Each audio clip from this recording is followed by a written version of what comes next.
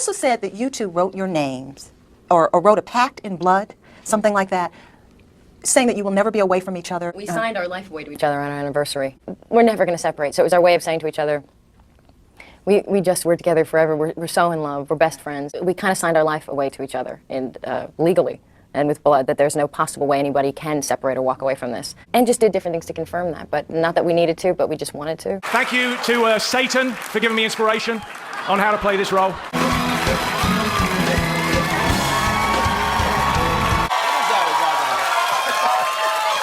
Is that a gang sign? Have you, Oh, like you don't know what it is. You don't know, Jimmy Fallon doesn't know, David Letterman doesn't know. We don't know. All the comics and show business don't know what this is. Right? Yeah. What is it? Come on, Jimmy. Seriously, the time is up. People are hip to this kind of stuff. I'm here tonight to blow the lid off it, to be the whistleblower. I'm sick and tired of the secrets and the lies. It is the secret symbol of the Illuminati, and you're a part of it, and it is the all-mocking tongue. Oh. Hey friend, welcome to my channel Creen Allude, where we deep dive and break down the most iconic stars through history. If you're not yet subscribed, please be sure to do so, and if you're already subscribed, please turn on your notification bell so you never miss an upload. Now without further ado, let's get into this video. So today's video is going to be pretty lengthy, and I must give a trigger warning because this is probably the most difficult video I've had to do, but very, very dark, and the stuff that will be discussed here I will try to filter, and you know, for YouTube as well as you guys, I'm not gonna put everything in here, but I am going to react to this documentary from Wretched. It's actually titled Wretched, where it's a lot of survivors that speak and give their experiences from escaping satanic rituals, especially for Hollywood. And this video came to be as one of the videos in my series of exposing Hollywood. We already did a video on the sex magic rituals that happen in Hollywood also, and different other videos. I'll pin that playlist in the comments for you guys. But in my Angie Stone video, I noticed that there were a lot of people that didn't necessarily believe that it was a sacrifice and thought that we were being dramatic and not everything is a conspiracy, not everything is a sacrifice. You people are nutty, kooky, crazy. And I'm like, in 2025, we still have people talking like this with all that's been exposed. We're still talking like this stuff is Pulp Fiction. This is not reality.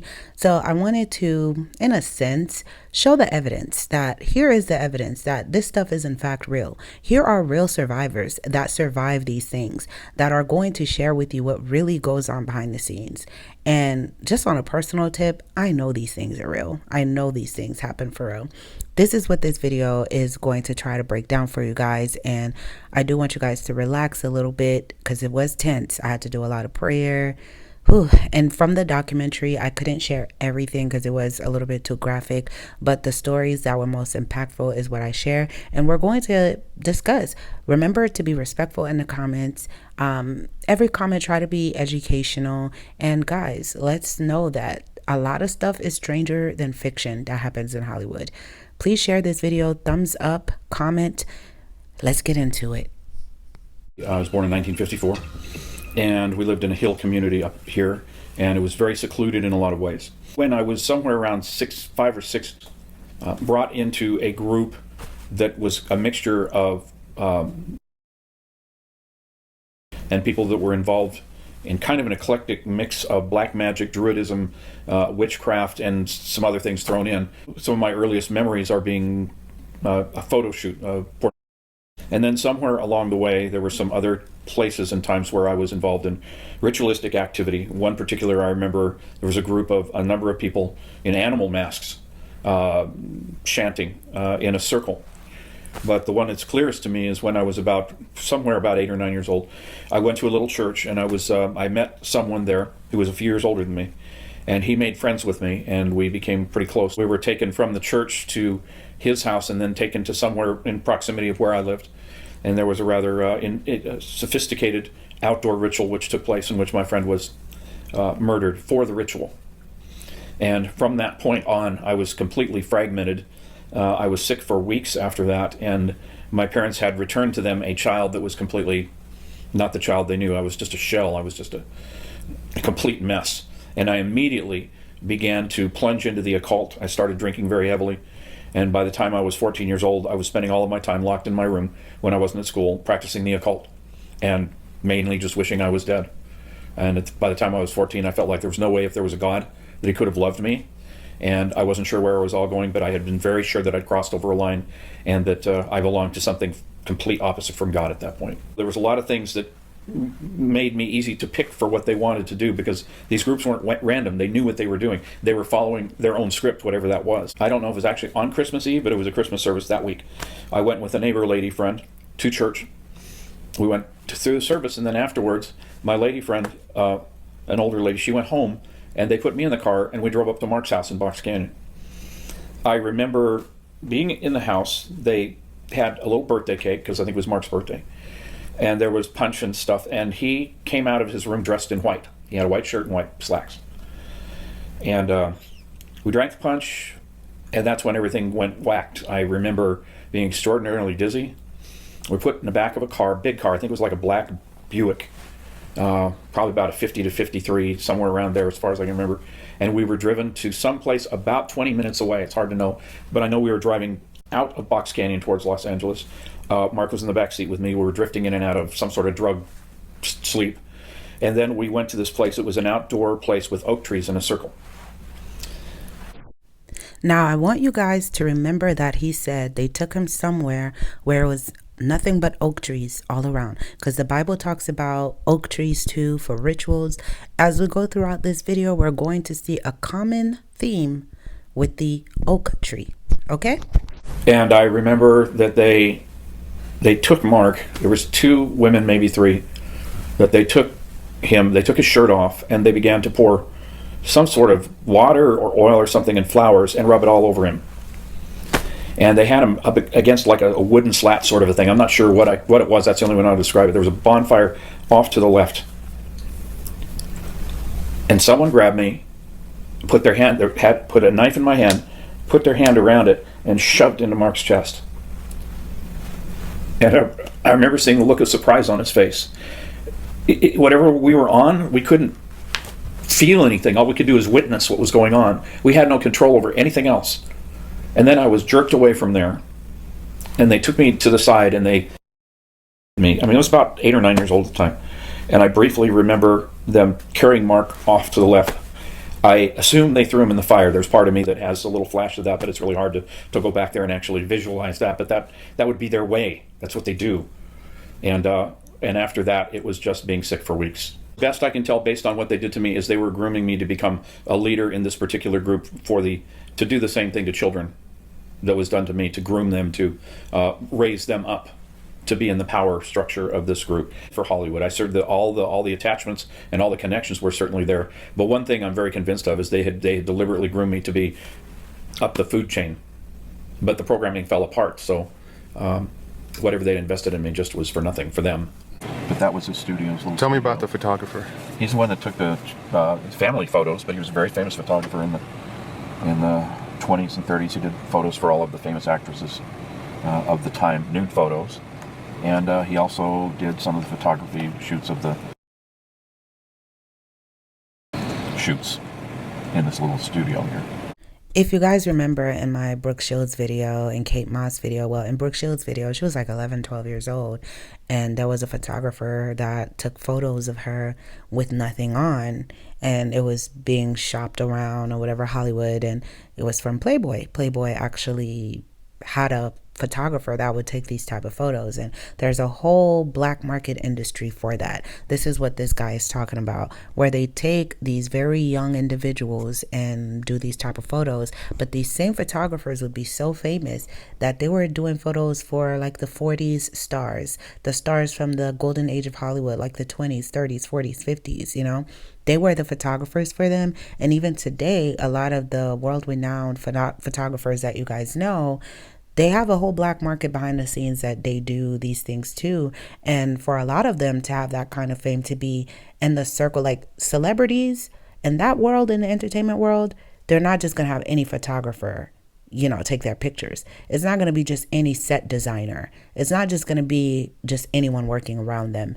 You have to be a part of that world. And to be a part of that world, there's a whole behind the scenes thing with it.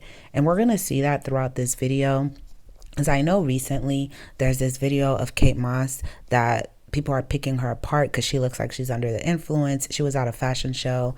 I'm not going to share the video because I just don't want to. But in my Kate Moss video, Kate Moss talked about how she was like 13, 14, 15, 16, and there was other models of that age range also, where the photographers would come and have them take off their top or have nothing on and take photos of them. A lot of these models in the 90s era, I did a lot of videos for the 90s supermodels, they were not of age, and these are the type of photos that were being taken, and they were traumatized.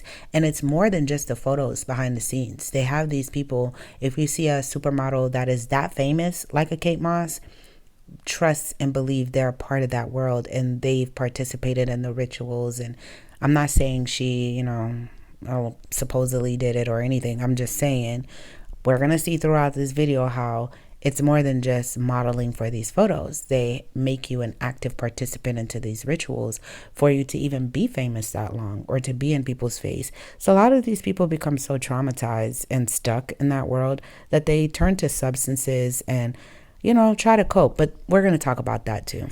I was born with stuff because my grandmother was involved in the occult in Pasadena back in the 30s. I don't know that my mom really had much to do with that, but I was an open vessel. I always remembered as a child having out-of-body experiences, not knowing what they were, where I'd literally leave the house and then come back and get slammed back into my body. It's happened repeatedly. After the incident with Mark, it sparked something. It's like it awakened something. And this may or may not be appropriate, but I don't share this a lot, but I want to say this because it's important. A lot of the stuff I went through was so difficult because it was so humiliating and so damaging to me. But I only learned later that some of the things that they did to me were for a purpose. You know, why would people, even in the magical world, why would they take an 8-year-old child? Well, I found out from somebody who is in a great position to know what these groups do. That's actually what they call a magic mirror.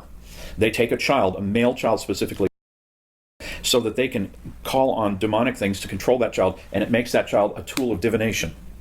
After they did what they did to me, a couple of times, I was wide open to divination. So from there, I started to get books by Edgar Cayce, Gene Dixon. I got everything I could on astrology, on strange behavior, supernatural occurrences, and that was just, I studied and practiced. I would practice moving things with my mind.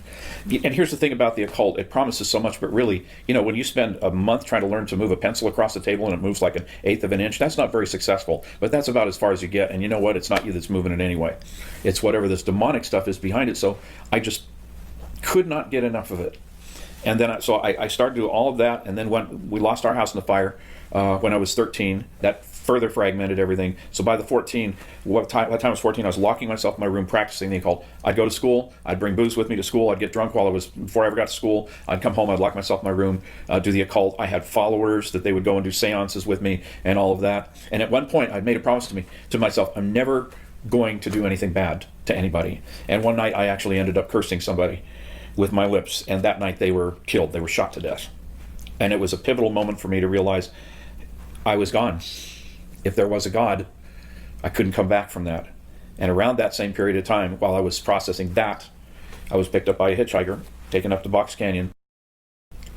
As a 14-year-old boy, that was the end of my life. And that's the sum total of my occult workings at that point. But I was driven by it. It's all I wanted to do. In a way, at that point, it was all I had. It was my complete identity, which I believe they wanted it to be that, so at some point they could come back and use me for whatever their purposes were going to be. Regard black magic as being purely fictitious, or is there some truth in it? Some truth. 100% truth. There is nothing fictitious about black magic, in any way whatever. It is a fact. It is a fact which has existed for several thousand years.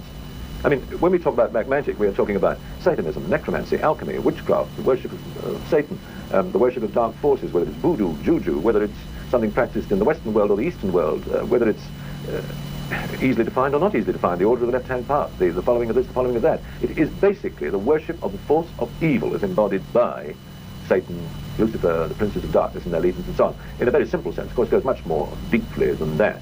It is a fact. It is a desperately dangerous fact. It does exist. It exists around us today. Satanic ceremonies will be happening in Britain tonight.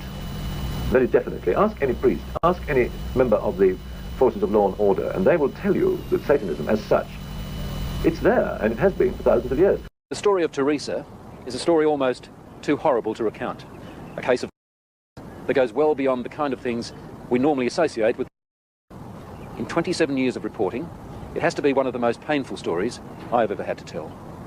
How many men or how many people would... What, at one time? Yes. About everyone who was there, which must have been about 20. You know, from 10 to 20 people. If it was a big ceremony, it used to be 30. What would your grandma be doing when these men were forcing themselves on you? Usually laughing. Or smiling.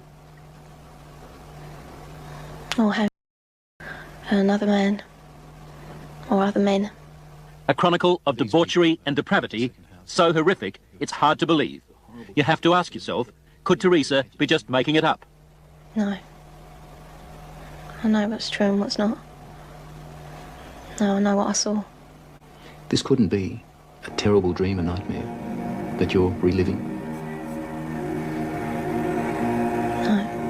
And most of the information that's out there is information that the real power players behind the occult world and the Luciferian world, which is the top of it, most of that information that you hear about has been deliberately put out there as a decoy, so that we never really find out who the real players are and what their real agenda is.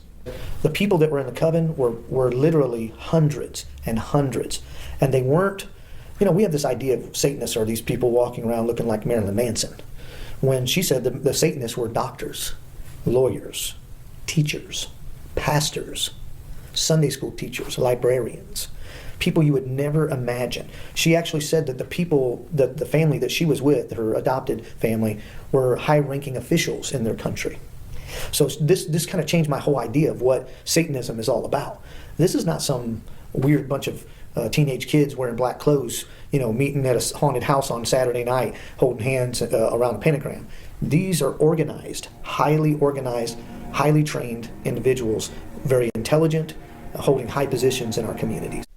Before we get to our next traumatic story, and that one is just, oof, gives me the chills. I wanted to talk a little bit about what the previous gentleman stated, that this network, this coven network, is huge. It's huge. It goes beyond Hollywood. Like if you think of Diddy and the trial, where people are like, oh, at some point somebody's lying. It can't be all these people. What you mean 400 or 500 people like coming and putting a lawsuit against him? Yeah, he's been famous for years.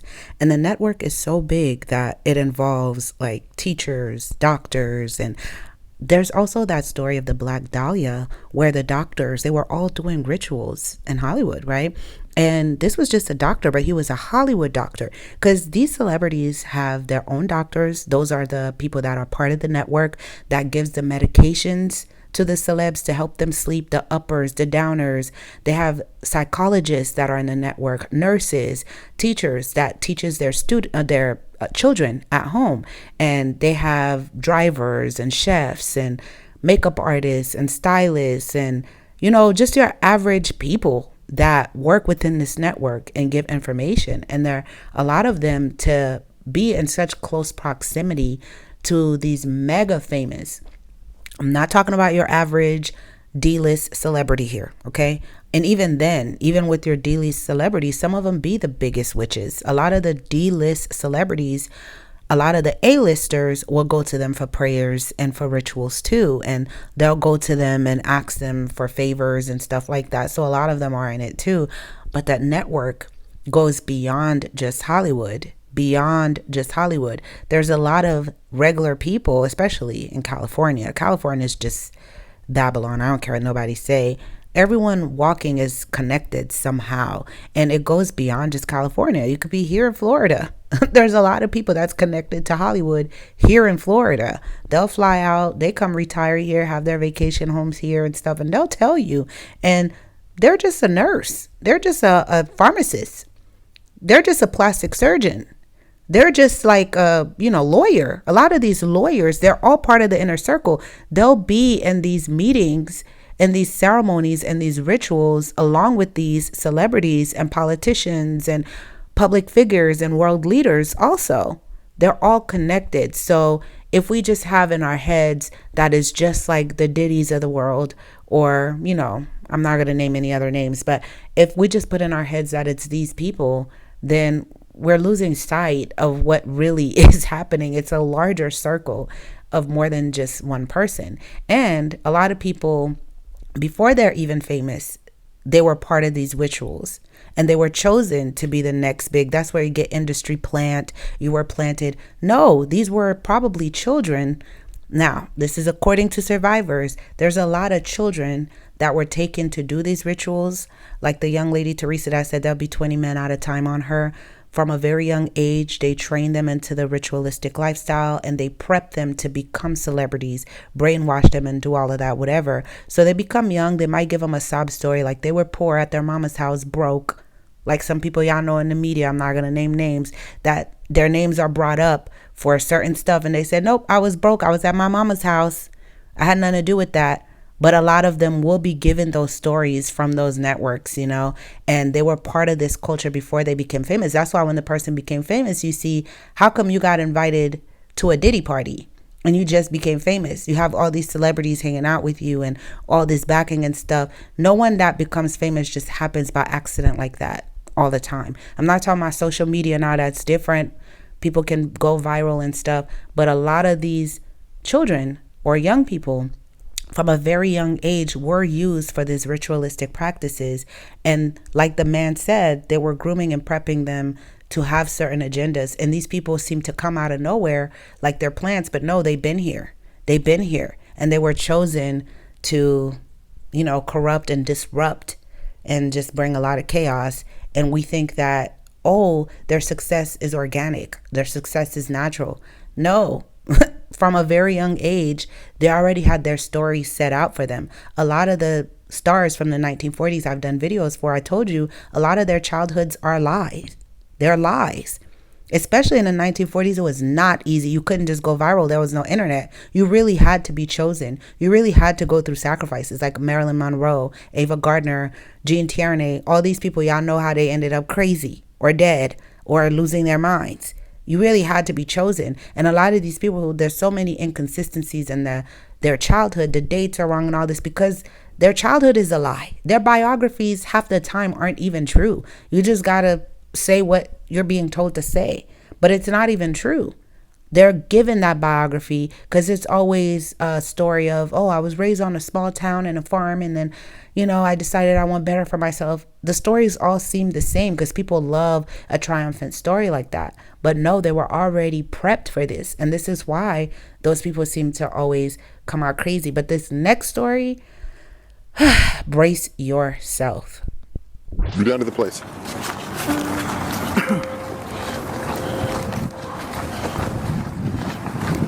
Have you been back here since? Okay, you doing all right? Yeah. One guy, I already know his name, but he'd said that he owned the two girls that were there.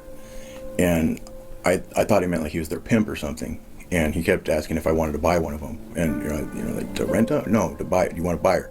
That you can own her. And, you know, I couldn't really grasp it. You know, like how do you just buy somebody else? You know, it didn't make sense to me. This is the house that the dope was bought at. The two girls stripped me down and put me in the shower. And they were washing me. And I remember I was covered from head to toe in blood.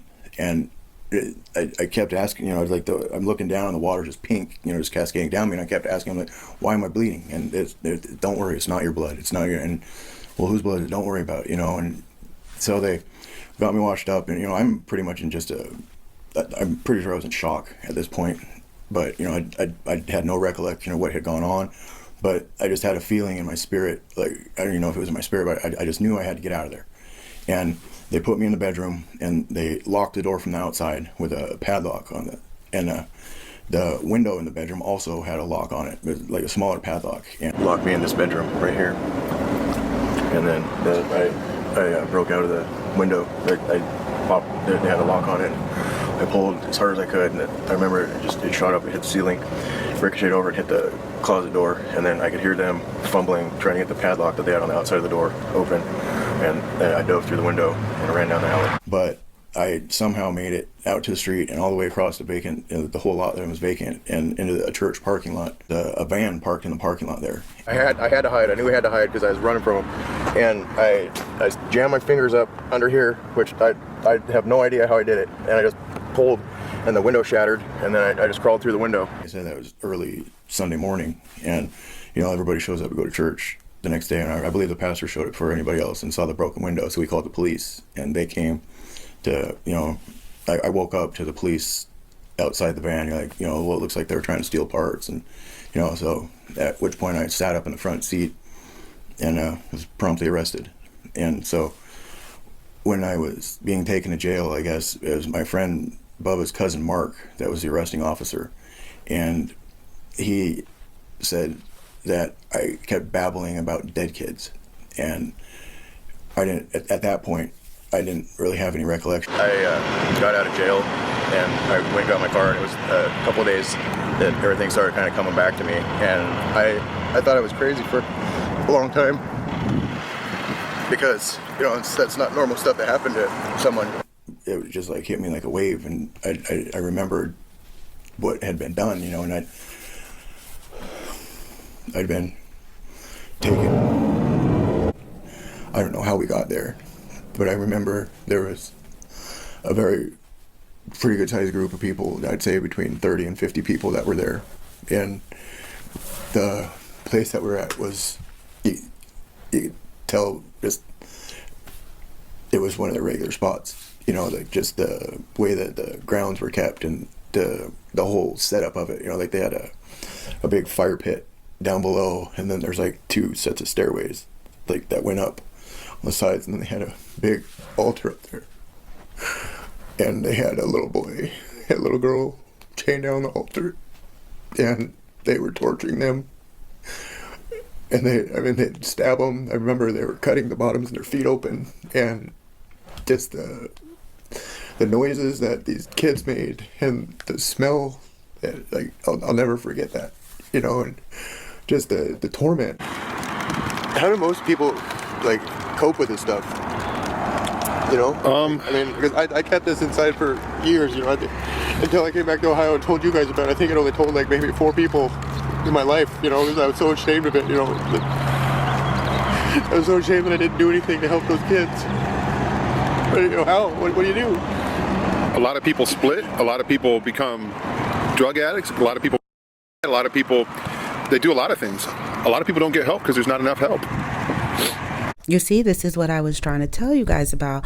Like he said, a lot of people split. A lot of people turn to substances. A lot of people end their lives. How come all of these celebrities take their own lives? As you have seen recently, most of my videos that I've been doing was of celebrities taking their own lives. And someone asked in the comments, Kareen, are you okay? Because why all these videos lately seem to be celebrities taking their own lives?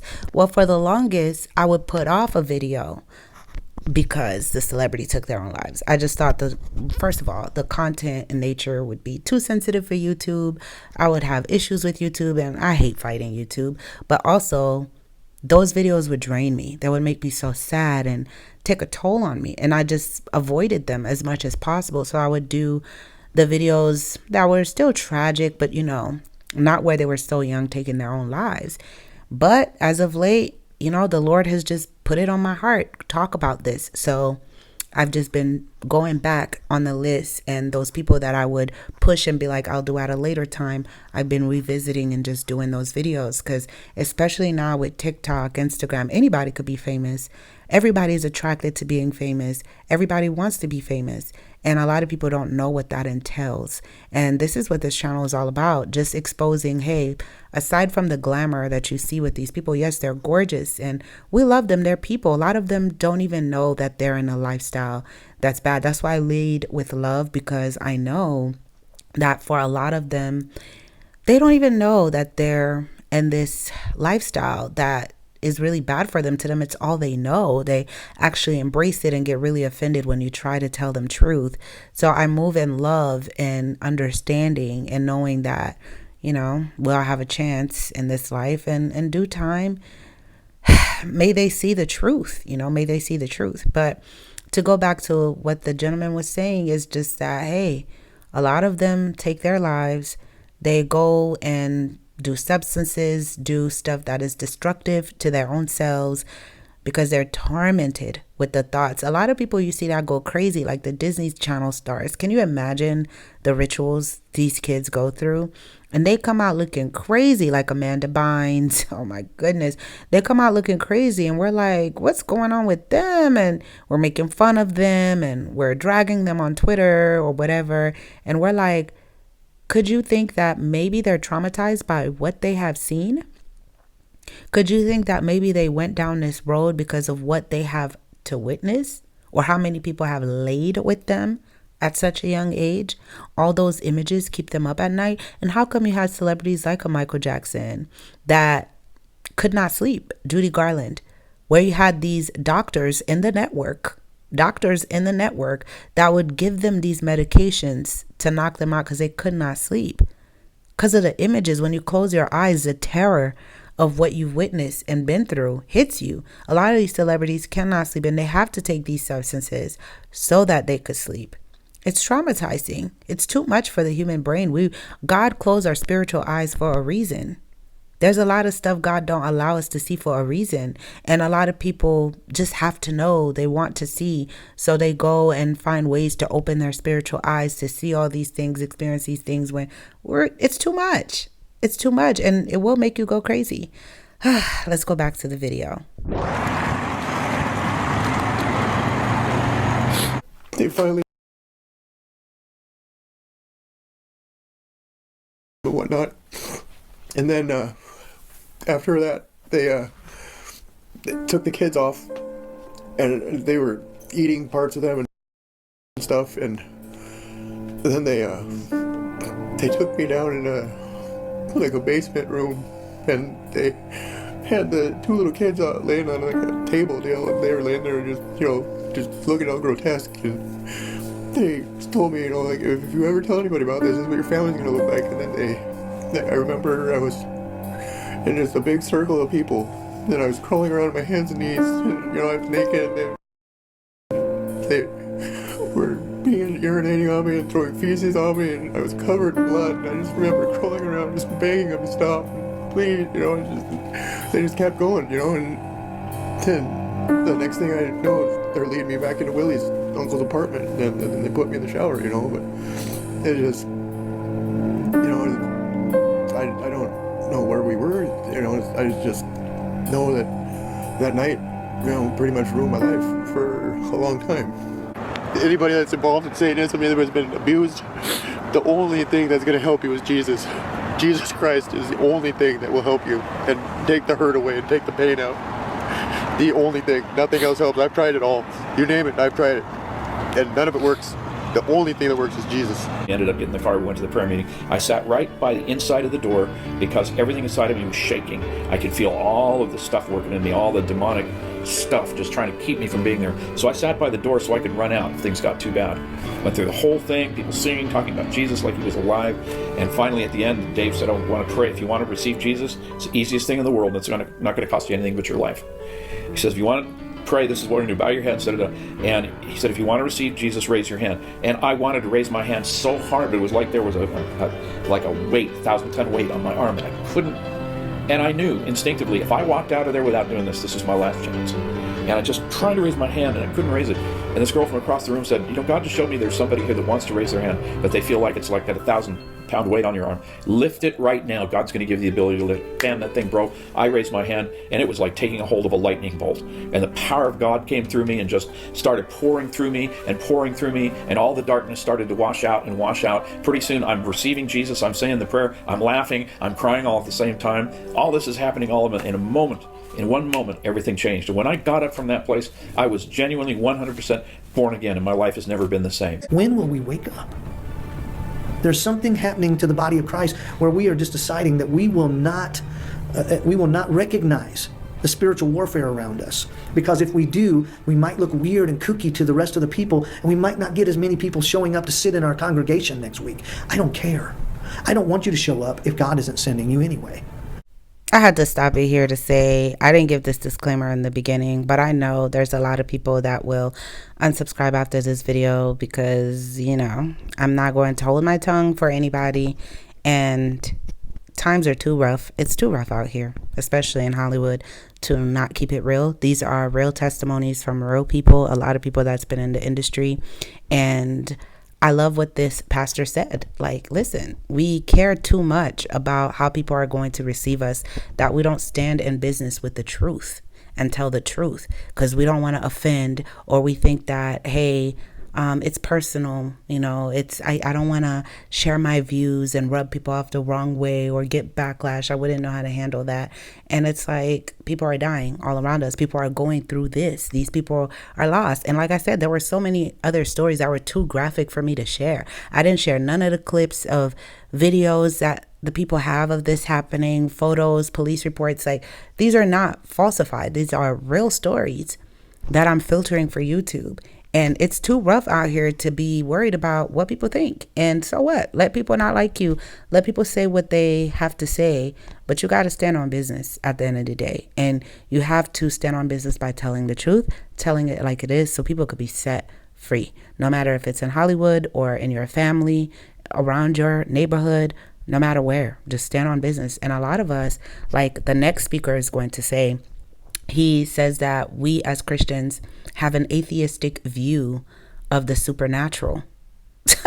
That, if that is not a word, we have an atheistic view of the supernatural, which shows you why there's so many comments on my Angie Stone video from Christians saying not everything's a conspiracy, not everything's a sacrifice, not everything is spiritual. You guys are doing too much. Oh, everything is always the devil, this, that, and the third. And it's like, yeah, it is like that a lot of times. And there's a Bible verse I'm going to share on screen with you that talks about that, how people scoff at what is supernatural and make light of it like these things aren't real. And as Christians, we think this stuff doesn't exist. And it's literally even happening in your church. And it is real. It happens. There's a lot of witches right now watching. Y'all know y'all watching. There's a lot of people that have been in these rituals watching. There's a lot of celebrities that watch my channel too. They reach out to me. They do. Y'all know this is true. Y'all know this happens for real. So this is not a lie. This is not a lie. It's uncomfortable, but let's stop with the atheistic view of the supernatural. Like these things aren't real. And I'm Haitian. I'm from Haiti, a very supernatural occult country, unfortunately. Unfortunately, not everyone is in that life, but if you're not in that life, you're really strong in Jesus. There's no in between. You don't have time to be an atheist or be lukewarm in the Caribbeans at all. You don't. It's either you're in Christ or you're in that life. You can't be lukewarm. You are serving somebody, right? And I've witnessed a lot of stuff personally. I've witnessed a lot of stuff, and just trust me, this stuff exists. This stuff exists. And the sooner you stop believing, because what the enemy's biggest thing that he's been able to do, especially in the Western world, is convince people that he doesn't exist. It's to convince people that the supernatural is just for movies and fables. It's not real. That's been the greatest deception that he has been able to do. Because how you're going to fear it if you don't believe it exists? How are you going to guard yourself and protect yourself against these things if you don't even believe it exists? It can manipulate you and get you caught up. So we got to wake up, people. What I want is the body of Christ to be trained and equipped to go out and do the work of the ministry. Because there's an end game for what they're doing, and that is the elevation of the Antichrist into a place of power. You know, just like the perfect Lamb of God was sacrificed on the cross so that we could be redeemed, Lucifer/Satan is looking for enough blood spillage so that he can set up his kingdom on this earth. And I really do think we've wound down the clock. So the problems that you're facing, the oppression, the depression, the discord, the drugs, you know, the prostitution in your area is coming somewhere, and from a group that is, you know, building up the gates of hell around you. I don't think the church is ready to handle the kinds of things that we've discussed. I think we've become so insulated and so isolated, and maybe just too wrapped up in church building projects and, you know, a whole different thing. And honestly, I think a lot of Christians are scared by these kinds of things, and I understand that. But I think it's because we're not ready. We need to get ready, because we're losing a whole generation of kids, really a lot of whom understand the spiritual realm we're talking about. And I think most of the church world in the West has become almost atheistic concerning any kind of belief in the devil or in spiritual warfare. And unless we wake up the church and make them realize the enemy is at the gates, I mean, the enemy has a goal, and that is to make the church powerless. And the only way we can turn that around is by making people aware of these kind of issues and say, you know what? we have a responsibility to get out there and to help the kids who are hurting, help the adults that grew up through these things, the people who have been abused, the least, the last, the ones that are on the street corner who are out there because horrible things happened to them, and now nobody's reaching out to them. And we're not ready yet, but I've always believed, this is kind of my, if I had a slogan that I could use for everything I've done in ministry, is the church is not going to be the church unless it's ready to get coffee spilled on its rug. It's time to quit just coming and sitting on a pew, listening to some songs and going back and doing whatever you think is your Christian duty for the week. It's time for you to be Christ-like. It's time for you to invade the kingdom of darkness. I want to go on the front lines. I want to help stop this stuff. I want to prevent as many people as I can from going through this, the same thing that I went through. And if I can get one person out of it, then everything that I went through is worth it. Because Jesus is the way, the truth, and the life. No man comes to the Father but by him. And we just live in a sick world now, and it's getting sicker by the day, and nobody wants to think about this stuff, and they for sure don't want to do anything about it if they don't want to think about it. Also said that you two wrote your names, or wrote a pact in blood, something like that, saying that you will never be away from each other. We signed our life away to each other on our anniversary. We're never going to separate, so it was our way of saying to each other, we're together forever. We're so in love. We're best friends. We kind of signed our life away to each other, and legally and with blood, that there's no possible way anybody can separate or walk away from this. And just did different things to confirm that, but not that we needed to, but we just wanted to. Thank you to Satan for giving me inspiration on how to play this role.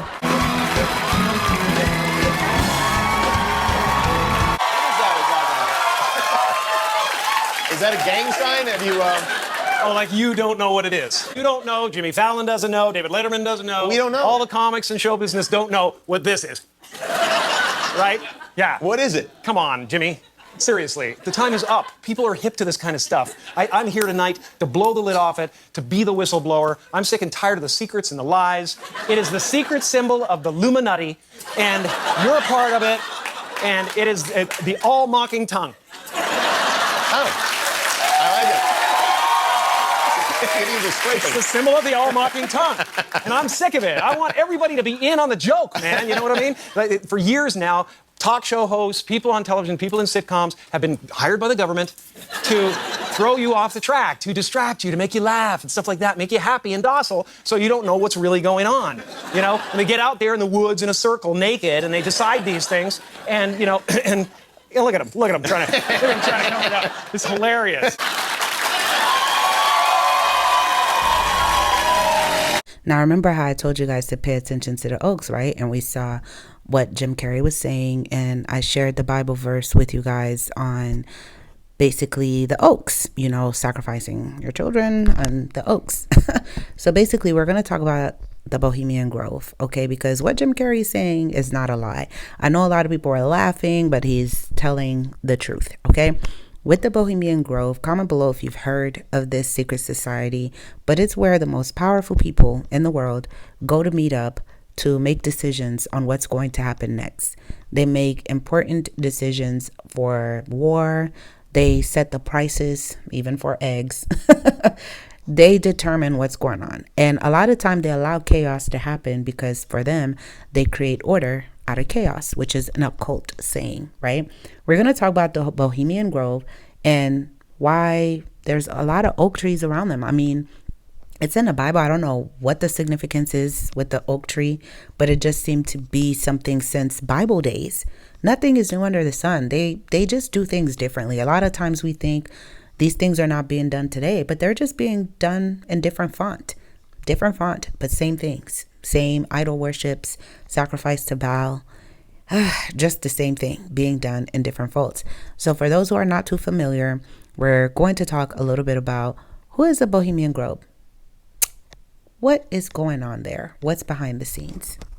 What is this secretive meetup that happens at Bohemian Grove, an exclusive 2,700-acre campground tucked away in the redwood forests of Northern California? Well, every summer, this place becomes the meeting ground for some of the most powerful men in the world. Politicians, business leaders, artists, and who knows who else. They gather here for a few weeks of relaxation, networking, and some rather unusual rituals. As for what these rituals entail and what the group discusses, well, these are just a couple of the questions people have about these annual meetups. Grove, located in Sonoma County, California, became the regular meeting place place of the club members. Now, prior to that, on June 29th of 1878, the organization held their first summer camp-style meeting at the Redwoods in Marin County, California, present-day Samuel P. Taylor State Park. Next up, we have U.S. presidents. Many of them have been members or guests at Bohemian Grove. Richard Nixon and Ronald Reagan are two of the most notable. Nixon even mentioned the place in some of his tapes, and Reagan is known to have attended before he even became president. There are tons of other politicians outside of presidents as well. A lot of high-ranking officials have made appearances. People like Henry Kissinger, who served as Secretary of State. Then there's the business moguls, heads of major corporations and banks, like David Rockefeller, for example. There are also plenty of artists, writers, and musicians. Mark Twain, the famous author, was an early member. Arnold Schwarzenegger has attended. Clint Eastwood,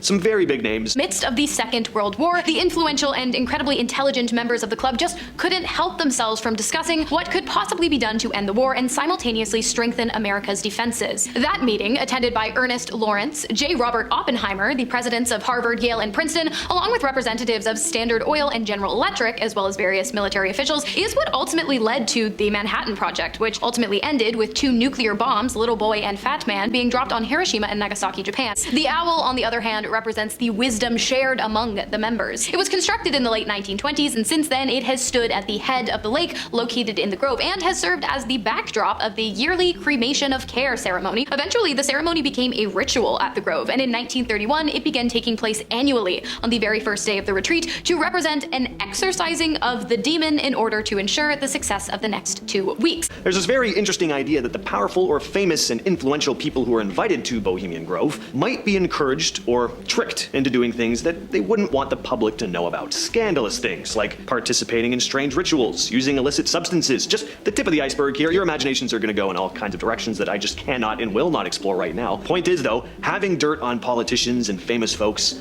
gives you some leverage. If a powerful person steps out of line or doesn't follow certain agendas that the club wants to push, the threat of exposing these secrets could, in theory, be used to keep them in check. Now, as we see in the most amazing top 10 video, how they are saying about the blackmail. Now, in the playlist that is linked in the comments, I did a video on Hollywood fixers and how they use blackmail to control these artists. And I've been talking about this forever on this channel, how a lot of these people are pushing agendas they themselves don't even believe in half the time, but there's blackmail on them.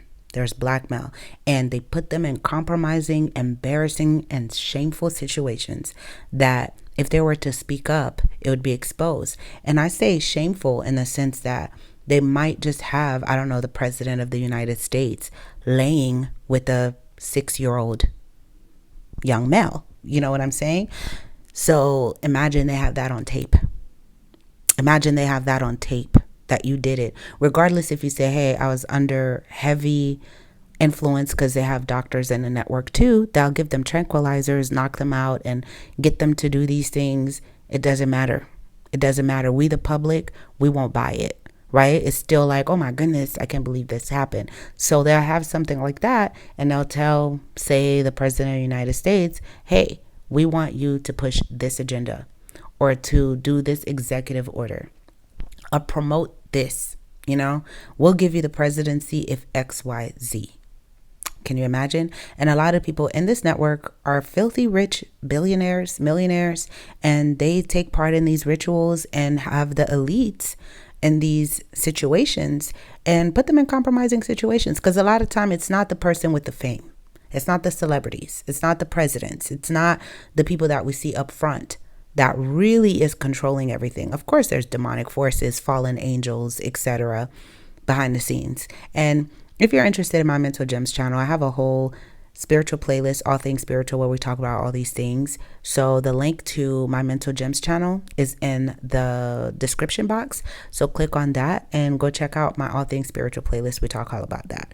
But a lot of these people that are wealthy, trillionaires, gazillionaires that are out the way, they're the ones really the puppet masters, and they are the ones being influenced by other entities or other beings. And a lot of times these beings are what's controlling and pushing out their own agenda. So the blackmail thing, that has been around since the 1920s, 1930s, like since before the golden age of Hollywood even, where people were being blackmailed to push certain things. So that has been talked about a lot, and this is why a lot of these stars, they get tired, they don't want to push the agenda, they don't want to keep being used with their body or doing these rituals, they just go ahead and take their lives, because it's better than being tormented or passed around or pushing certain aesthetics, you know, or pushing certain sexual thing. Like if you see everyone pushing this sexual agenda, liberation agenda, the music, this, that, or whatever, or certain type of ideologies, then you'll understand why a lot of these people end up very depressed and take their lives, because a lot of times it's really not them. They have to. And they have to be enthusiastic about it as well.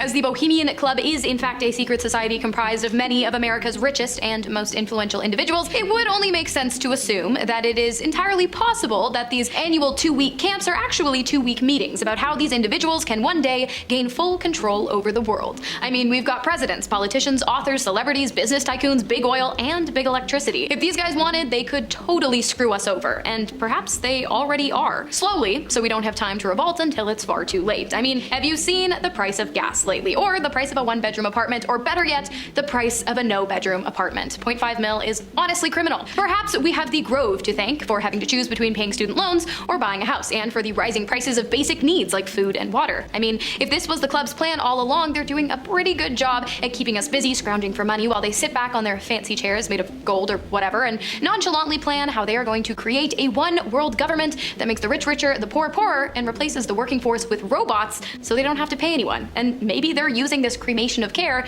to summon the devil to help them. I'm just saying. Now, for some of you who might still be skeptics, like Kareen, I know what you're saying, but all of this is just, I don't know, sis. Ain't no celebrities, really. I know these celebrities. I've listened to their songs since I was really young. They're not really a part of this. You're tripping. There's no witches in Hollywood, etc.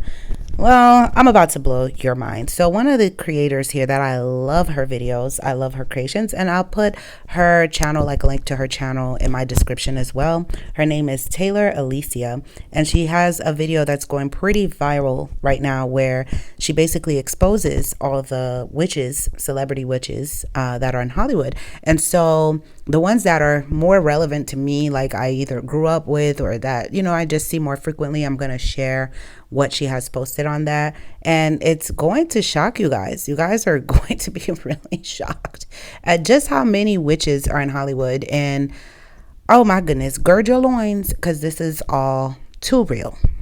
Now, I am a witch. A real house-haunting, broom-riding, cauldron-stirring witch. Who in Hollywood isn't practicing witchcraft? This felt like an endless rabbit hole, which would make sense since Hollywood was named after the wood of the holly tree, which was used by the Druids to make magic wands. Because believe it or not, some of your favorite celebrities that you know and love are practicing witches. Number 1 is Raven Simone. Yep, that's me. Let's go. You could get into the future. Raven Simone has been in the limelight since The Cosby Show, but she is also widely known for her character on That's So Raven. Her character who has random visions and can see into the future. Well, interestingly enough, that character has become a reality for Raven Simone. Raven, That's So Raven on her show, and she was a psychic. And now she's come out and saying that she actually has a spirit guide, that she has psychic powers. What I believe actually is humans have the ability in their brain to tap into energy fields that allow for truth to connect when you know how to translate it correctly. I can walk into a room and read the room. People might not think that's psychic, but what that is reading energy, and energy is in the psychic plane. When I was younger and I had certain traumatic experiences, I personally remember after doing meditation to a level that other people would be like, what are you doing? I'd be like, no, I need to light my candles. I'm 7, I know, but I need to light my candles and I need to meditate. And I just allowed my spirit guides to help me. And even till this day that happens. And I feel like that too can be considered psychic. But if you've read the Bible, then you know that if you are being led by any other spirit besides the Holy Spirit, you are being led by demonic spirits, which in this situation have been guiding Raven ever since she was a little kid. The world is changing. I mean, every religion has its time and place, pagan and other things, and then we start evolving as a people, as humans, and people start having other views of what's going on. Me personally, I'm all about energy, I'm all about light, I'm all about new age. I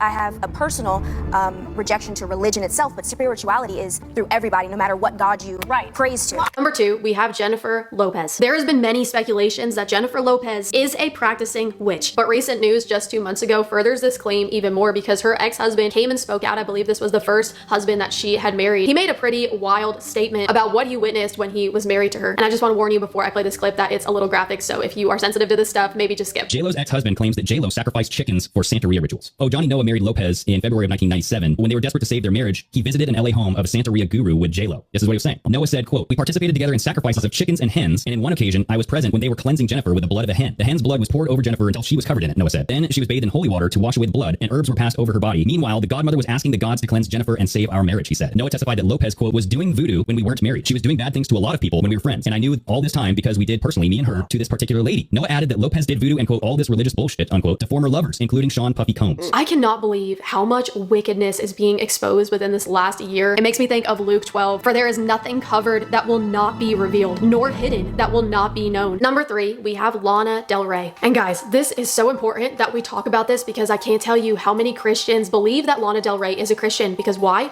She told everyone that she's a Christian, but how many times do we have to learn that just because someone says they're a Christian does not automatically make them a Christian? Those aren't Tennessee Christian values. I am Christian. That's not what we stand for. I am Christian. That's not what we stand for. Lana Del Rey was accused of being a witch by a girl on Instagram, Tracy Costin, who made a video about Lana Del Rey being a witch and using witchcraft at her shows. Lana's response: "I know the Bible verse for verse better than you do." Now, obviously, could Lana Del Rey be a Christian? Of course, I don't know her heart. You don't know her heart. Only God knows her heart, but we are told and we are taught in scripture that we will know them by their fruits. And not only can we see in her response to the accusation of her practicing witchcraft, immediately including vulgar language and calling this person a vulgar name, we also see this crazy thing that happened, I think it was in 2017, that Lana Del Rey was casting spells on Donald Trump and leading a whole movement of witches to cast spells with her to keep him from becoming president. Lana confirms that earlier this year, she actually attempted to use witchcraft to get rid of President Donald Trump, admitting she instructed her fans to join a mass occult ritual against him, saying, "Yeah, I did it. Why not?" She also added, "I'm in line with Yoko Ono and John Lennon and the belief that there's a power to the vibration of your thoughts. Your thoughts are very powerful things and they become words and words become actions and actions lead to physical charges. I really do believe that words are one of the last forms of magic and I'm a bit of a mystic at heart." She went on Instagram and shared the ingredients for the spell and the dates to cast the spells, the dates also being intentional. "At the stroke of midnight, February 24th, March 26th, April 24th, May 23rd. Now, those dates lined up with the waning crescent moon and also a worldwide witch-led movement to cast a binding spell to remove Donald Trump from office. Ingredients included an unflattering photograph of Trump, a white candle, water, salt, and, well, a feather. And before we move on, I just want to point out the fact that just because you know scripture does not mean that you are living by scripture. The devil knows the Bible better than we do. Does he live by it? No. This is why God says, "Those who love me will keep my commands." Number 4, we have Vanessa Hudgens, another child star whose career would be catapulted after her part as Gabriella in High School Musical. Why is everybody staring at you? Not me, you. For those of us who were raised with Disney Channel, we have all watched Vanessa and Hudgens go from this to this.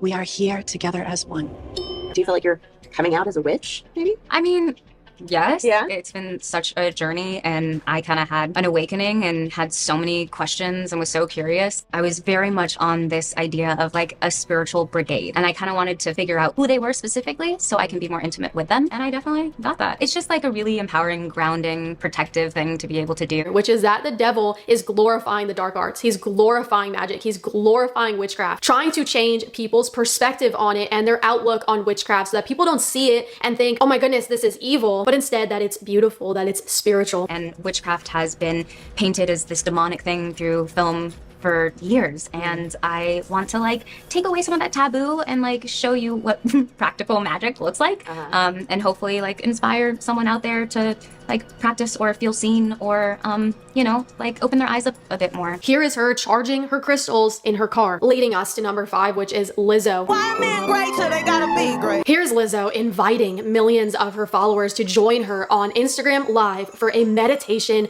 with crystals.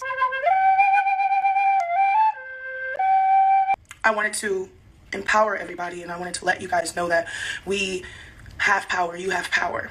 And I wanted to take the time today to just do a mass meditation, 30 minutes of your time, and we're gonna join in agreement. And here is Lizzo again also doing a guided meditation at one of her concerts. This is a badge meditation.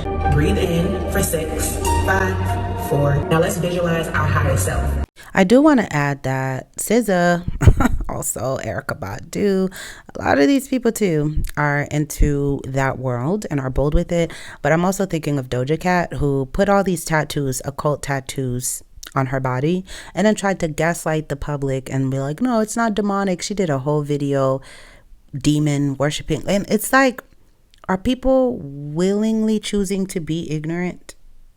Are they choosing to be blind? Because you'll find a lot of young, impressionable kids on Twitter and even adults saying, no, Doja Cat is Christian. No, y'all reading too much into it. I love her creativity, Doechii. Y'all love Doechii's creativity. Of course you guys love these people's creativity. They use colors and know the psychology. Like, the devil and these fallen angels have been here for so long. They have mastered the art of deception, and they have mastered the psychology of how to attract you. If we, in our limited 50, 60, even 80 years here on earth, we can learn manipulation and, witchcraft, how to get people to be attracted to us, or even here on YouTube, learn how to get the algorithm to push you through. Creators are learning how to do that. What's enticing, how to do thumbnail, etc. You got to understand, these beings have been around for so long, they know how to capture people also, to the point where you start to defend these people. And a lot of people start to defend and like, oh no, these are people are Christians. And y'all don't know what y'all talking about. And they're just being creative. You people are always finding something wrong or blah, blah, blah. You Christians always have an issue. But I'm telling you guys, this is real life. And they're seeping these type of things into the music, and you're listening to it over and over again. Cardi B, Nicki Minaj, all these people. Nicki, there's a clip that I shared in a previous video on my Mental Gems of Nicki talking about how when you listen to the songs over and over again, you're casting a spell on yourself. This came out of her own mouth as she proceeds to make songs that are, out of her own mouth. And then you have people that worship her over God, the Barbs, they'll probably be in the comments right now like, don't talk about our queen. God is no longer your king. You've turned her into an idol, right? It's just crazy how it is, especially in the Black community. As much as we hate witchcraft, like we talk about that here, everybody's like, oh, Jesus, God, this and that. But you guys defend it. You guys defend it through celebrity worship. It's insane. Guys, I really want you to remember this. I want you to remember the wording here, because this wording, this vocabulary, this often exposes that somebody is dabbling in new age. Words like vibrations, higher self, frequencies. Be very careful when you hear verbiage like this. I can't tell you how many Christian YouTubers I've clicked on their videos and they use this wording. Be on guard and be very careful. But also, these crystals are a very large part to new age. And you may have seen these shops pop up in your town within the last few years, and a growing rise of people using these rocks, which are referred to as crystal. First historical references to the use of crystals come from ancient Sumerians, who included crystals in magic formulas. The ancient Egyptians used stones primarily for protection and health. Topaz was used to combat night terrors and purge evil spirits. Crystals are in fact in the Bible. And fun fact, crystals are used to describe heaven itself. Crystals, gemstones are beautiful, which is why it wasn't that hard for the enemy to convince people to worship them. This is exactly what God meant when he said, you shall have no other gods before me. And we are watching this in real time in 2025. People are still worshiping these rocks. They are choosing to worship the creation instead of the creator, who is the only one who provides health, healing, and protection from evil spirits. Okay, so now that we covered that, I don't know if you've seen these videos on YouTube, but they are basically where stars show what's in their purse. And guys, I cannot even tell you. It seemed like every video I clicked on, all of them had the same witchcraft items in their purses. I could probably do a video on just what's in my bag videos and all these stars showing you who they walk with, because it's not God. And I was shocked by some of these people, but here we go. First up, we have Dua Lipa. Hey Vogue, I'm Dua Lipa, and this is what's in my bag. Tarot cards. I love to pull out a card every day. Sometimes if I feel like I want to make a decision, I'll pull one out and see what it tells me. I'm not sure what kind of energy I put into it. It says the flute. Connection to spirit, understanding and education, ritual and celebration. Life is magical.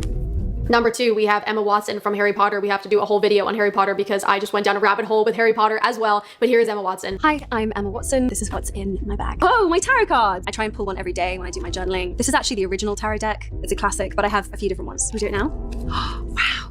It's on camera. I am usually freaked out by how accurate the cards I pull from this deck are, so let's see what I get. So I pulled the World card. The World represents an ending to a cycle of life, a pause in life before the next big cycle beginning. Then we have Kate Hudson. Hi, British Vogue. I'm Kate Hudson, and this is what's in my bag. I always travel with the same Gonzalez, this is lapis. I like these when I'm traveling, just for protection. And then I take them out when I meditate. I find them to be soothing, and sometimes I wear them when I feel like I need them. Ariana Grande, unsurprisingly. Welcome to What's in My Bag. My name is Ariana Grande. Sage. House of Intuition Protecting Dust. Clear Tarot. I do these every day. Everyone comes in and out of my tent. Do everyone's cards for them. I'm serious. And lastly, we have an actress that I really liked, so this actually made me kind of upset, and I was a little just surprised to see this, but Anya Taylor-Joy. How many crystals does Anya have in her bag? Love him so much, and he's been with me since I started working. I bought this crystal on my first movie, The Witch, and I love him. Are you ready? This is my newest baby. También tengo tarot. Estos a mí me encantan. Empecé a leer como hace 6 años, 6, 7 años. Entonces todas las tarjetas son rellenas. Bueno, vamos a ver. Mis cristales. Me gusta agarrarlos todos en una mano. Mis amigos siempre se burlan de mí porque pensás que no tengo un cristal en la mano y de repente lo ves. Como duermo con ellos.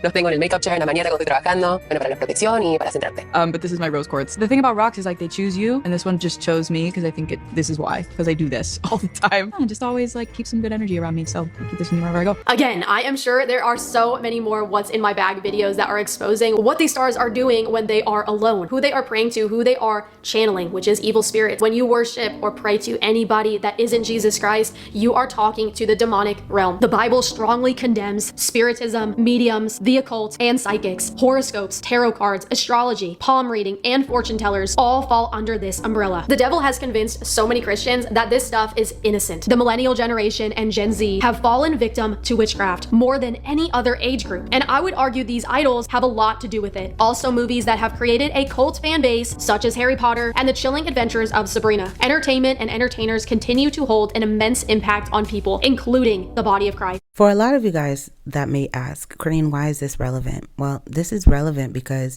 this is the form of entertainment that we have into our home. As our next story is going to show us, she was in witchcraft, she got out, and she's going to expose the agenda, how they cast spells in these movies and these songs, and how we allow these things to enter into our home. Our children are watching shows, and you see they make it all seem innocent, where they have little monsters under the bed. They're talking to the monsters, being friendly with the monsters, and, you know, witches on broom. And I remember growing up, Halloween Town, all of those, even That's So Raven as a psychic, you know, just normal. The Harry Potters, I was all into that. The Bella Swan, the Vampire Diaries, and all those series, Charmed, Buffy the Vampire Slayer. Like, I've done videos for all these people also. And, you know, it was very glamorized. You didn't see anything wrong with it until you realize, yo, especially the women that were doing the What's in My Bag series, they knew that the camera was going to be there to look into their bags and they were going to pull out. They strategically put those crystals and beads there because they were told to push that agenda. Even when I used to watch like the Real Housewives back in the day when I was a degenerate, and I used to watch like Love and Hip Hop, basketball, Love and Hip Hop, you know, whatever. Not basketball, my bad. I'm thinking of Love and Basketball.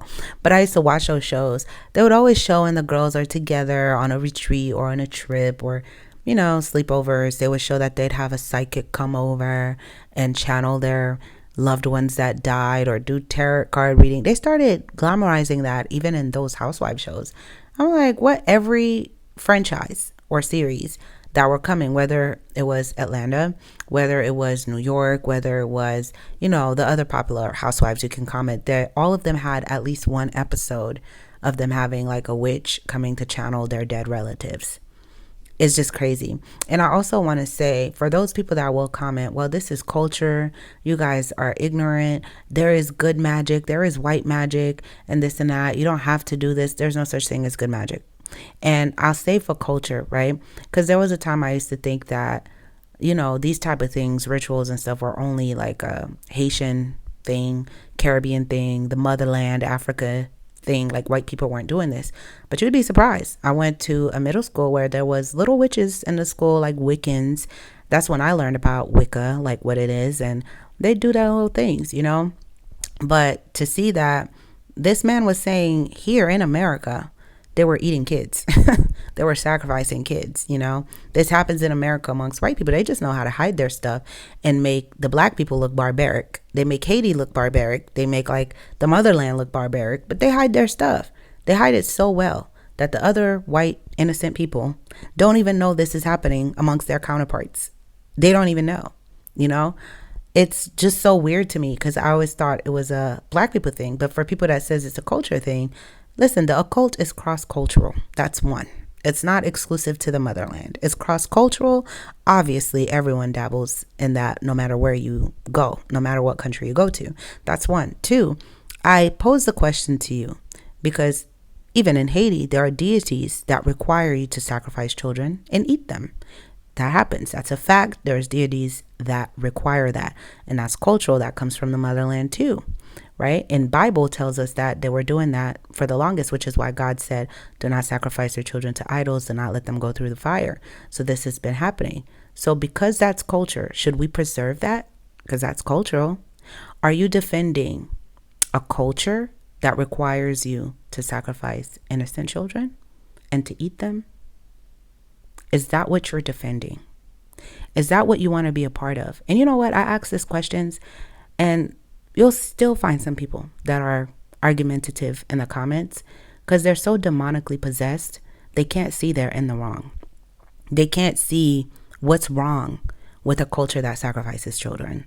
You're the problem. You're the foolish one. You know, spiritual things are spiritually discerned.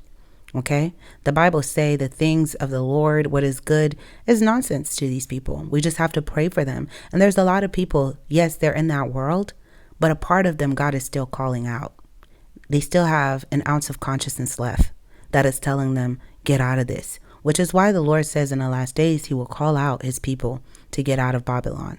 Because a lot of his people are in Babylon. A lot of his people are in the occult and witchcraft. They don't know. We're all learning. I'm not perfect. A lot of this stuff I'm learning now too with Hollywood. I thought a lot of this stuff was innocent. I'm just learning. I'm learning and undoing a lot of the indoctrination that the media has done. But we're going to see how they cast spells in these songs, in these movies, and how they have glamorized a lot of stuff. And this is what's going on. And we have to wake up. So let's wrap this up with this final testimony. Brace with us. You were very heavily involved in witchcraft at one point in your life. Just really quickly, for people who don't know your testimony, who don't know your story, how did you get involved in witchcraft? Yeah, around the age of 13, I was starting to get depressed. I was being bullied at school. During that time, I was connected with some girls, and I remember going to a sleepover, and they watched a movie called The Craft. And this movie came out around 1996, and it was about 4 witches who were in high school, and these witches were bullied and picked on, and their lives were kind of messed up, and they used witchcraft to control situations around them and to get what they wanted. I watched the movie, and I thought, I want that. Well, of course, in the movie, they went too far anyway, and the witchcraft had turned against them, and the girls were desperate to get out of it. But during that point, I didn't even see that ending. I just thought, oh, I won't go that far. I'm just going to be innocent in it. And I began to study the religion of Wiccan and study different spells and incantations and New Age practices and occult practices that I was doing in a Christian home that nobody knew I was doing. And so what started off as something innocent where I'm just connecting with energy and the universe and vibes and all these innocent things that we see took me down a path of just dark desperation. I felt at one point that I was living in like a haunted house because I was hearing scratches on the wall right next to me. I would feel brushed by me and be terrified that somebody is here in the room with me. Someone's watching me. I've always felt like I was being watched. When I would wash my face for the day, it was one of the most terrifying things that I did. When I took a shower and I had to close my eyes, I was so terrified. If I had to get up in the middle of the night to get a glass of water, I would run because I thought something's going to grab my feet. I was an adult at this point, and it took me far into drugs. I ended up being homeless and on drugs, in and out of jails and all kinds of things. For 9 years of my life, I was really in a dark place. That witchcraft and the occult is really on the rise. I mean, we're seeing it in stores. We're seeing clothing promoting, hey, I'm a good witch, or I'm a bad witch, you know. Right. We're seeing even witches having workshops and retreats and all these things. Why do you think this has become so much more mainstream, so much more acceptable? I think media has done a good job of pushing something to the point where it is now normalized, when back in the day, something like that for you and I, it would be shocking to see. And now, because we have shows as early as, you know, daycare age, promoting witchcraft and sorcery, and it's okay, boys and girls, say these spell words with us. And it's so ABC preschool witchcraft that it gets into the hearts and the minds of people, including the people in church, and people who are not really connected with the Lord and don't understand. they're easily deceived. And the Bible talks about even the very elect will be deceived. And so people are going to a whole nother source. That's what they're wanting. They want a healing crystal because they don't understand that Jesus is the healer, and there's no other source that you can go to except through Jesus. And so I'm seeing a rise of this. I'm seeing it become very trending on TikTok and things like that. There's a whole generation of people who I feel like are being rocked to sleep by the enemy. And it's just really time for the church, like what you're doing this interview, to sound the alarm and say, no, we need to wake up and we need to say, this is not right. And it's not for my home. It's not for my kids. You know, they recreated that movie, The Craft, in 2020. Really? They recreated the movie and they invited real witches on the set, and they had the witches before they would do a scene to cast spells and to invite the actresses to come into this circle with them while they were releasing spell words over the viewers and over the scene. And they broadcast it and wrote articles like, isn't this amazing? We're getting real and raw with these real witches, and people are playing it in their home, and it's entertainment. And you know, Charlene, I always say the first part of entertainment is enter. So be careful what's entering your home. What's your take on Christians even burning sage, and what's that supposed to do? Burning sage is something that I did while I was practicing witchcraft. And when I got into a home with another witch that I lived with, the very first thing that we did as witches is we got bundles of sage from the New Age store, and we would burn sage to rid the house of evil. And so we would go in the corners and rid the house of evil. And I never thought in a million years that I would see Christians doing it. I thought in my day, I thought this is just what witches do. This is what people in the occult world do. This is what people in the New Age world do. And now there's so much mixture, and it's passed down information that people don't know the origins. And it's really from, if we go all the way back, we can see that it is steeped in witchcraft, where you're communicating with spirits, you're communicating with the dead, and you're trying to push these things back. But the only thing that will do that, the only thing that gets rid of evil is the spirit of our God, period. And so I personally don't practice that. I don't come in partnership with that. I don't recommend it for anybody. If you're trying to clean your house, and get some Lysol. And if you want the evil to go, call on the name of Jesus. Amen. We're seeing healing crystals. We're seeing people wearing these third eye necklaces. We're seeing people that are channeling their energy and chakras, and people communicating with ancestors and getting their ancestors' spirits to give them power. I'm not talking about the world. I'm having conversations with Christians who are doing these things. Wow. Dabbling in things that the origins of the event, like the event that we have coming up this weekend, Halloween, dabbling in these origins, where the origins, when you go back, you can't separate that it was steeped and done in witchcraft and the demonic realm. And so I would just caution people, just be mindful of what's coming into your home through movies, music, entertainment. You know, I went to the store that's a very popular store, and I even hate to say their name, but it was Marshall's. And I was just blown away that Marshall's had actual witchcraft books, like, oh, you can come in here and you can do a spell, and then you can get this sage, and you can get these healing. It was like a whole kit, and they're selling it like it's a holiday kit that you would buy someone. And so it's really starting to be very mainstream, and I just feel like the church needs to be aware that we need to stay away from all things. The Bible says to stay away from those things of darkness, but rather expose them, not to partake in them. We are getting a lot through our eye gate. We're getting a lot through our ears, what we hear, what we see all the time, asking the Lord, God, I need your protection today. I want to know the truth. And then if you have dabbled in things like, I have had to do this. I have dabbled in things, not dabbled. I was fully immersed in them. I've had to say, I renounce all occult practices. I renounce the craft. I renounce witchcraft. I renounce all the perversion that came with it. And I cling to the Lord. The Lord is my master. He's the Lord of my life. And I declare this day that I only serve and follow Jesus. And you make those declarations, and the Bible says you can decree a thing and it will be established, so that his light will shine on your ways. And so I absolutely would go to the Lord, repent for knowingly or unknowingly participating in something that would be considered witchcraft. Thank you guys for watching until this point. I know this video was a little lengthy and a little deep, but comment below what other topics you guys want me to discuss in regards to Hollywood and how we can expose it. Check out my playlist on the subject, and I did do a video already on like witchcraft and crystals on my mental gems, which I'll also pin in the comments for you guys, alongside with a playlist, so you guys can check out. Don't forget to subscribe, to thumbs up, comment, and share this video, and stand on business. Do not be afraid to share the truth. I love you guys so much. Until next time.